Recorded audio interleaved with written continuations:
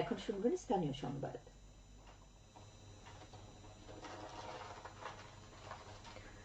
আসসালামু আলাইকুম। বাংলাদেশ বেতার সিলেট সংবাদ পড়ছি তাসলিমা আক্তার আখি। আজ বিশ্ব কণ্ঠ দিবস।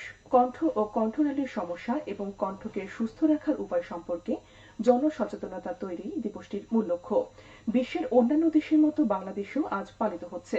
ব্রাজিলিয়ান ভয়েস কেয়ার পেশাদারদের দ্বারা 1999 সালে প্রথম শুরু হয়েছিল এই দিনটি উদযাপন। পরে এটি ব্রাজিলিয়ান ভয়েস ডে হিসেবে প্রতিষ্ঠিত হয়। পরবর্তীকালে 2002 সালে আমেরিকায় আনুষ্ঠানিকভাবে এটি বিশ্ব ভয়েস দিবস হিসেবে স্বীকৃতি পায়। উল্লেখ করা যেতে পারে দেশে 5 কোটির বেশি মানুষ কণ্ঠের নানা সমস্যায় ভুগছে। এর মধ্যে সবচেয়ে বেশি আক্রান্ত হচ্ছে স্বরভঙ্গে।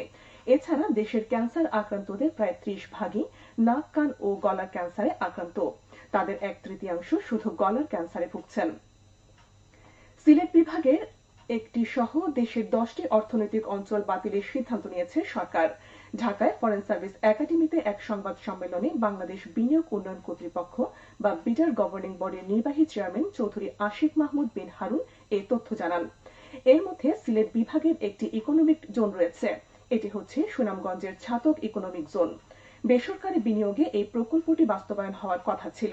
আশিক মাহমুদ বিন হারুন বলেন, 100টির মধ্যে থেকে গভর্নিং বডির সিদ্ধান্তে 10টি অর্থনৈতিক অঞ্চলকে চূড়ান্তভাবে বাতিল ঘোষণা করা হয়েছে। যেসব অর্থনৈতিক অঞ্চল তৈরির সিদ্ধান্ত বাতিল হয়েছে তার মধ্যে 5টি সরকারি, 5টি বেসরকারি অর্থনৈতিক অঞ্চল হওয়ার কথা ছিল। প্রসঙ্গত, বিগত আওয়ামী লীগ সরকারের সময়ে দেশের বিভিন্ন এলাকায় সরকারি ও বেসরকারি মিলে মোট 100টি অর্থনৈতিক অঞ্চল প্রতিষ্ঠার সিদ্ধান্ত হয়েছিল। ছাত্র জনতার গণ অভ্যুত্থানে আওয়ামী লীগ সরকারের পতনের পর সিলেটের বঙ্গমাতা শেখ ফজিলাতুন্নেসা মুজিব মেডিকেল বিশ্ববিদ্যালয়ের নাম পরিবর্তনের সিদ্ধান্ত নেয় অন্তর্বর্তী সরকার। চলতি বছরের 13 মার্চ সরকারের উপদেষ্টা পরিষদের বৈঠকে সিদ্ধান্ত নেওয়া হয় নতুন নাম হবে সিলেট মেডিকেল বিশ্ববিদ্যালয়। মূলত এই নামেই মেডিকেল বিশ্ববিদ্যালয়ের যাত্রা শুরু হয়েছিল। গত 13 এপ্রিল সিলেট মেডিকেল বিশ্ববিদ্যালয়ের নাম রেখে গেজেট জারি হয়েছে। গেজেট অনুসারে সিলেটের বঙ্গমাতা শেখ ফজিলাতুন্নেসা মুজিব মেডিকেল বিশ্ববিদ্যালয়ের নাম এখন থেকে হবে সিলেট মেডিকেল বিশ্ববিদ্যালয়। 2018 সালের অক্টোবরে দেশের 4র্থ মেডিকেল বিশ্ববিদ্যালয় হিসেবে কার্যক্রম শুরু হয় সিলেট মেডিকেল বিশ্ববিদ্যালয়ের।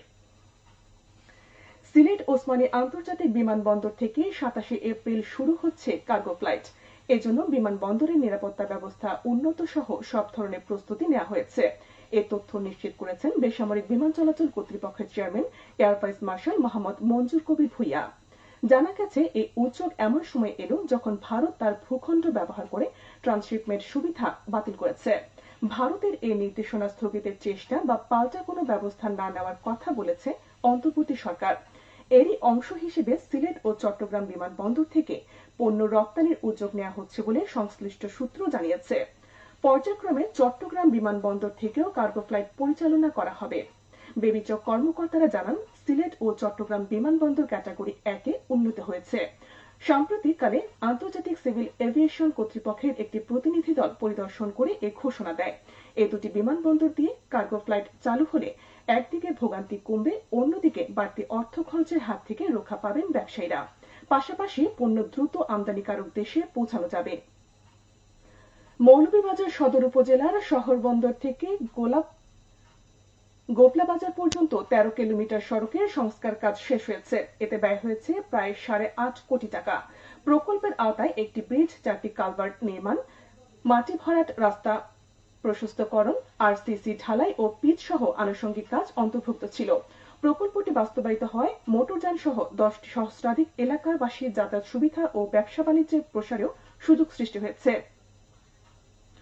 পরিবেশ ও সামাজিক সুরক্ষা ইউনিয়ন পরিষদের করণীয় শীর্ষক দিনব্যাপী কর্মশালা অনুষ্ঠিত হয়েছে মৌলভীবাজারের কুলাউড়া উপজেলায়। আজ সকালে উপজেলা পরিষদে আয়োজিত কর্মশালায় প্রধান অতিথি হিসাবে উপস্থিত থেকে এর উদ্বোধন করেন সদর উপজেলা প্রশাসক ও উপজেলা নির্বাহী অফিসার মোহাম্মদ মহিউদ্দিন। কর্মশালায় প্রশাসনের ঊর্ধ্বতন কর্মকর্তা, 13টি ইউনিয়নের চেয়ারম্যান ও সচিব সহ 38 জন ব্যক্তি অংশ নেন। উপজেলা পরিষদ এর আয়োজন করে। বাংলাদেশের বিপক্ষে এবার খেলার খবর। বাংলাদেশের বিপক্ষে 2 টেস্টের সিরিজ খেলতে সিলেট এসে পৌঁছেছে জিম্বাবুয়ে। আজ দুপুরে সিলেট আন্তর্জাতিক বিমানবন্দরে এসে পৌঁছায় শন উইলিয়ামস, ক্রেগ আরভিনরা। এয়ারপোর্টে এসে বেশ উচ্ছ্বাসিত দেখা গেছে জিম্বাবুয়ে দলকে। বডি ল্যাঙ্গুয়েজ আর চোখে মুখে জয়ের জন্য কতটা মরিয়া সেটা দেখে সহজেই আঁচ করা যায়। এবার পূর্ণ শান্তির দল নিয়েই বাংলাদেশে খেলতে এসেছে সফরকারীরা। চোট কাটিয়ে জিম্বাবুয়ে টেস্ট দলে ফিরেছে উইলিয়ামস। ছুটি কাটিয়ে বাংলাদেশে এসেছেন আরভিনও। অভিজ্ঞ দুই ক্রিকেটার আরভিন ও উইলিয়ামসের পাশাপাশি বাংলাদেশ সফরে ফেরানো হয়েছে বাঁহাতি স্পিনার ওয়েলিংটন মাসাকাদজাকে। তরুণ পেসার নিউম্যান নিয়ামুরের বদলে সুযোগ পেয়েছেন তিনি। সব মিলিয়ে 15 সদস্যের দল নিয়ে বাংলাদেশে 2 টেস্ট খেলতে এসেছে জিম্বাবুয়ে। লম্বা সময় পর বাংলাদেশে টেস্ট খেলতে এলো জিম্বাবুয়ে।